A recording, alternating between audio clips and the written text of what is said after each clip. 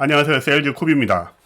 자, 지난 영상에서 우리가 상품을 등록하는 방법에 대해서 영상 3개로 쪼개가지고 살펴봤습니다. 왜 쪼갰는지를 말씀을 드렸죠. 크게 상품 등록하는데 리스팅 디테일즈하고 이렇게 셀링 디테일즈하고 shipping 디테일즈로 크게 나뉜다라고 말씀을 드렸습니다. 그렇게 해서 지금 영상을 각 디테일즈마다 하나씩 해가지고 3개 잘라가지고 올렸습니다. 지난 영상 3개 다 보신 분들은 기억하시겠지만, 못 보신 분들은 뒤쪽으로 가가지고, 관련 영상을 보고 오시면 이번 영상도 이해하기가 그렇게 어렵지 않을 겁니다. 왜냐면, 지난 영상에서는 고정가 상품을 등록하는 거에 대해서 제가 말씀을 드렸고요. 이번에는 뭐냐면, 고정가 말고 경매에 대해서 등록하는 방법에 대해서 말씀드리겠습니다. 경매는 고정가 등록하고 똑같아요. 다만 이제 상품 가격, 셀링 디테일즈 부분만 조금 다릅니다. 리스팅 디테일즈하고 뒤에 shipping 디테일즈는 경매라고 해서 달라지는 게 한 개도 없습니다. 경매를 한다고 해서 상품의 페이지, 그리고 물건을 보내는 방법, 이런 것들이 달라지진 않겠죠. 다만 물건을 판매하는 가격이나 개수가 달라지는 겁니다. 고정가는 상품을 10개를 등록을 하게 되면 그럴 일이 별로 없지만 고객이 10개를 주문하는 경우도 있고 그렇게 발생할 수가 있습니다. 하지만 경매는 항상 개수가 하나입니다. 개수가 하나예요. 그렇기 때문에 2개를 팔고 싶다 이런 부분은 나중에 무슨 베스트 오퍼가 아니구나. 나중에 그 세컨드 찬스 오퍼라는 부분이 있습니다. 그 부분은 따로 영상을 만들어서 올리겠습니다. 그런 내용들이 발생하지 않는 한은 경매로는 항상 제품을 하나만 판매를 할 수가 있습니다. 경매가 되는 과정을 우리가 잘 생각을 해보세요. 경매가 되는 과정을 잘 생각을 해보면 입찰을 통해 가지고 마지막에 최고가를 입찰한 사람이 상품을 이제 획득하게 되는 경우죠. 그렇기 때문에 항상 판매는 한 개만 이루어진다는 거, 그거 머릿속에 넣고 가야 됩니다. 지난 강의에서 설명을 드렸기 때문에 이거 쭉쭉쭉쭉 다 설명을 드리는 게 특별하게 그렇게 의미가 있지는 않기 때문에 빠르게 훑고 넘어가겠습니다. 자, 리스팅 디테일즈, 타이틀 80자까지 넣으라고 말씀드렸고, 대문자, 소문자, 대문자, 소문자 이런 식으로 넣으라고 말씀을 드렸습니다. 그리고 얘를 선택하게 되면 제목이 굵게 나오면서 2불이 추가로 붙는다라고 말씀드렸고요. 서브 타이틀은 1불이 추가로 붙고 여러분들이 타이틀 내에서 다 못다한 이야기들 고객한테 줄 수 있는 베네핏이나 이런 부분에 대해서 적으라고 말씀드렸습니다. 커스텀 라벨은 여러분들이 상품을 관리하는 번호를 마음대로라는 말은 그렇고 여러분들 나름대로의 규칙을 가지고 작성을 해서 관리를 하시면 되고요. 카테고리는 정확한 카테고리에 입력을 하시라고 말씀드렸습니다. 세컨드 카테고리 넣을 수 있지만 비용이 발생할 수도 있습니다. UPC는 뭐냐면 바코드 밑에 있는 숫자라고 말씀을 드렸어요. UPC는 유니버설 프로덕트 코드의 약자고 이거는 북미 쪽에서 쓰고 우리나라 같은 경우에는 뭐냐면 여기 EAN 씁니다. 유로피언 아티클 넘버의 약자로서 숫자가 총 13자로 구성이 되어 있습니다. 여러분들 바코드 밑에 보시면 숫자 확인할 수도 있습니다. 컨디션은 여러분들 상품에 따라서 만약에 새 상품이면 U 또는 헌상품이면 USED라고 선택을 하시면 됩니다. 상품에 따라 카테고리에 따라서 보여주는 메뉴가 조금씩 틀린데 여러분이 가지고 있는 상품에 맞게 설정을 하시면 됩니다. 사진은 12개까지 올릴 수 있다고 말씀드렸고요. 아이템 스페시픽 가능한 한 완벽하게 채워넣으라고 말씀을 드렸습니다. 그 밑에 아이템 디스크립션은 구성은 처음에 제목 좀 크게 들어갈 거고요. 그 다음에 이제 본문 내용이 들어가는데 본문 내용은 한 4개 정도는 블랙 포인트로 만드시고 그리고 미진한 부분은 설명을 좀 적으시고요. 너무 많이 적지 말라고 이야기했어요. 그리고 그 밑에 보면 팔리시 부분, shipping 팔리시, 페이먼트 팔리시, 리턴 팔리시, 텍스 앤 커스텀 팔리시에 대해서 그 내용들을 조금 적어주시면 좋을 것 같습니다. 이렇게 컴팩트하게 작성을 하시면 기본적으로 리스팅 디테일즈가 끝나고요. 요거는 다른 게 없다라고 말씀드렸습니다. 그 밑에 shipping 디테일즈 부분도 shipping을 하는 부분에 대해서 경매라고 해서 달라지는 건 한 개도 없습니다. 기존에 있던 거 그대로 가져다 쓰면 되고요. 자, 이제 셀링 디테일즈가 달라집니다. 셀링 디테일즈 처음에 여러분들 아마 이게 픽스드 프라이스로 되어 있었죠. 자, 이렇게 픽스드 프라이스로 되어 있었습니다. 얘를 뭐냐면 옥션 스타일로 변경합니다. 그 메뉴가 조금 변경돼요. 자, 살펴보겠습니다. 그 밑에 듀레이션은 3, 5, 7, 10 이렇게 선택을 할 수가 있습니다. 예전에 1일 경매도 있었는데 없어졌어요. 근데 5, 7, 10은 비용이 발생하지 않습니다. 보시면 밑으로 쭉 내리시면 B가 0인 걸 알 수 있어요. 그죠? 돈 안 달라 합니다. 근데 얘가 3일 딱 되는 순간 바로 돈 달라 그럽니다. 뺑뺑이 돌고 있죠. 돈 달라 그럽니다. 예, 일부 딱 붙습니다. 그렇기 때문에 뭐 굳이 돈을 주면서까지 뭐 빨리 3일 안에 우리가 경매를 해내야 된다. 이럴 이유는 없죠.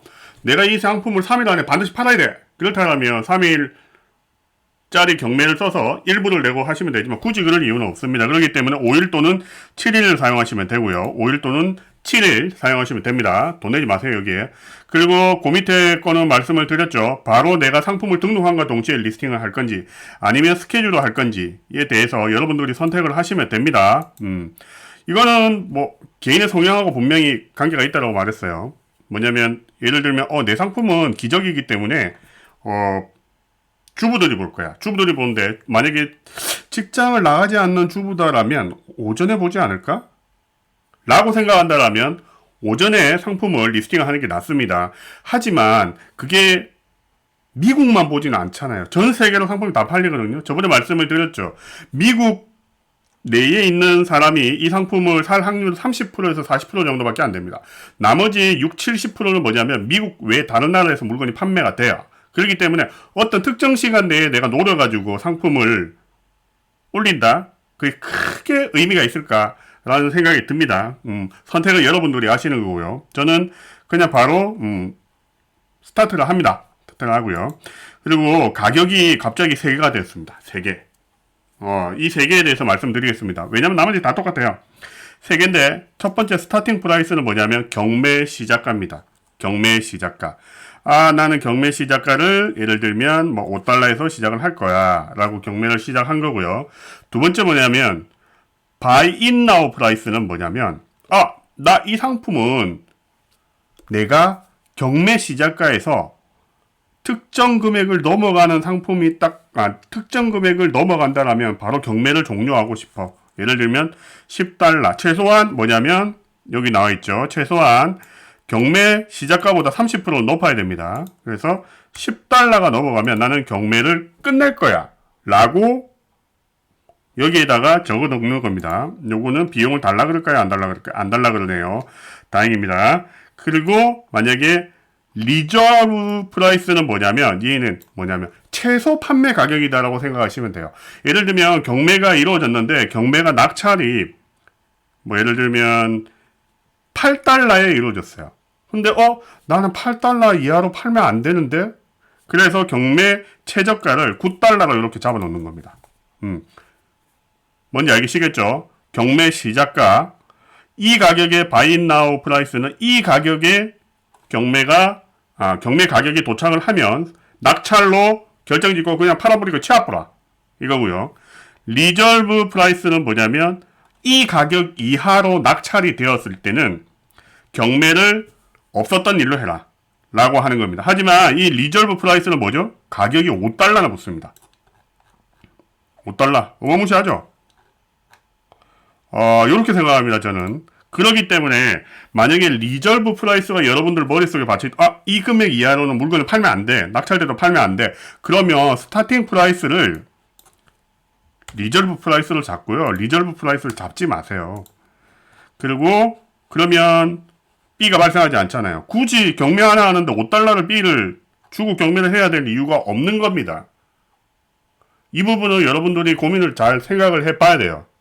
스타팅 프라이스를 낮은 데서 시작하면 경매가 입찰이 붙기 때문에 그 경매 입찰되는 관성에 의해서 쭉 이렇게 밀고 올라갈 확률도 있습니다. 하지만 어차피 리저브 프라이스를 걸어놓고 그 이하로는 물건을 안 팔 건데 글쎄요 5달러나 내고 그걸 해야 될 필요가 있을까요? 저는 그거 없다라고 생각을 합니다. 그렇기 때문에 다시 한 번 더 리저브 프라이스를 경매 시작가로 맞추고 리저브 프라이스를 설정하지 않습니다. 그게 가장 좋은 방법이다라고 저는 생각을 합니다. 그리고 요 buy in now 프라이스 요거 조심해야 됩니다. 뭐냐면 이베이는 철저하게 중복 리스팅을 금지를 하고 있습니다.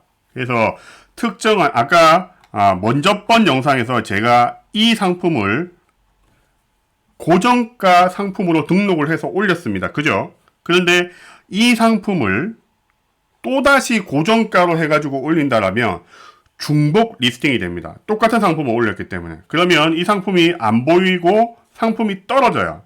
상품 리스팅이 안 됩니다. 그런데 이 똑같은 상품을 뭐냐면 경매에다가 올리면 상품이 리스팅이 됩니다. 그건 중복 리스팅이 발생하지 않아요. 중복 리스팅은 같은 경매 또는 같은 고정가 내에서만 발생하지 경매와 고정가는 노는 운동장이 다르기 때문에 중복 리스팅으로 분류를 하지 않습니다. 그렇기 때문에 그 점을 머리에 가지고 있으신 분이 이 상품을 먼저 고정가로 올려놓고 똑같은 상품을 경매로 하나 더 올렸는데 만약에 이거를 바이 인나우 프라이스를 설정을 하잖아요. 그러면 얘는 상품은 경매가이자 고정가로 분류가 됩니다. 경매가이면서 고정가로 분류가 돼요. 왜냐하면 바이 인나우 가격이 있기 때문에. 그러면 어떻게 되느냐. 이전에 만약에 이거하고 똑같은 상품을 고정가로 등록을 했잖아요. 그러면 이 상품도 중복 리스팅에 걸립니다. 그렇기 때문에 고정가 상품하고 똑같은 상품을 경매로 등록하신다라면 Buy in now price를 절대 설정하시면 안 됩니다. 이거 실수하시는 분들이 있는데 실수하지 말고요. 하시고 나머지 개수는 하나다라고 말씀을 드렸죠. 개수는 하나입니다. 그러고 나서 나머지는 다 똑같고요.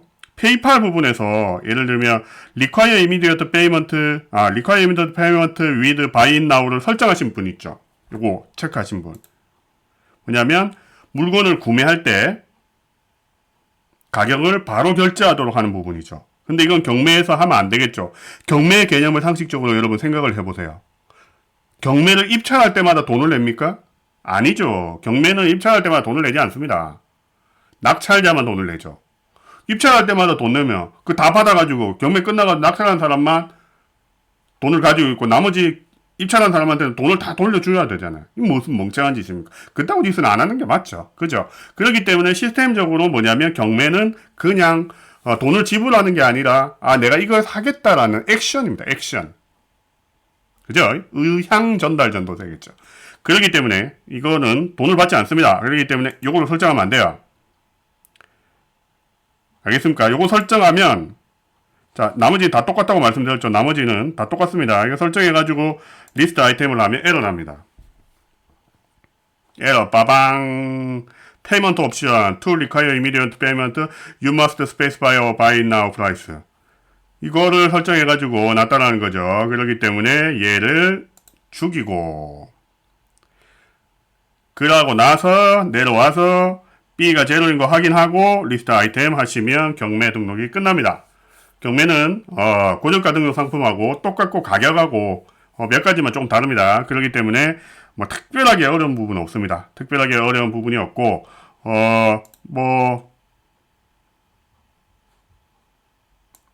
경매를 등록을 하게 되면 이렇게 비드 이라면서 뜨고요. 가격 스타팅 가격이 이렇게 뜹니다. 그래서 비딩이 붙으면 비딩이 붙었다라고 여러분한테 메시지가 오면서 밑에 비딩이 붙었다라고 이렇게 뜹니다. 자, 이렇게 경매에 등록하는 방법에 대해서 설명을 드렸습니다. 오늘은 여기까지 하겠습니다. 자, 내용이 마음에 드셨다면 구독, 좋아요, 그리고 댓글, 알림 설정까지 부탁드립니다. 파이팅 하시고요. 끝!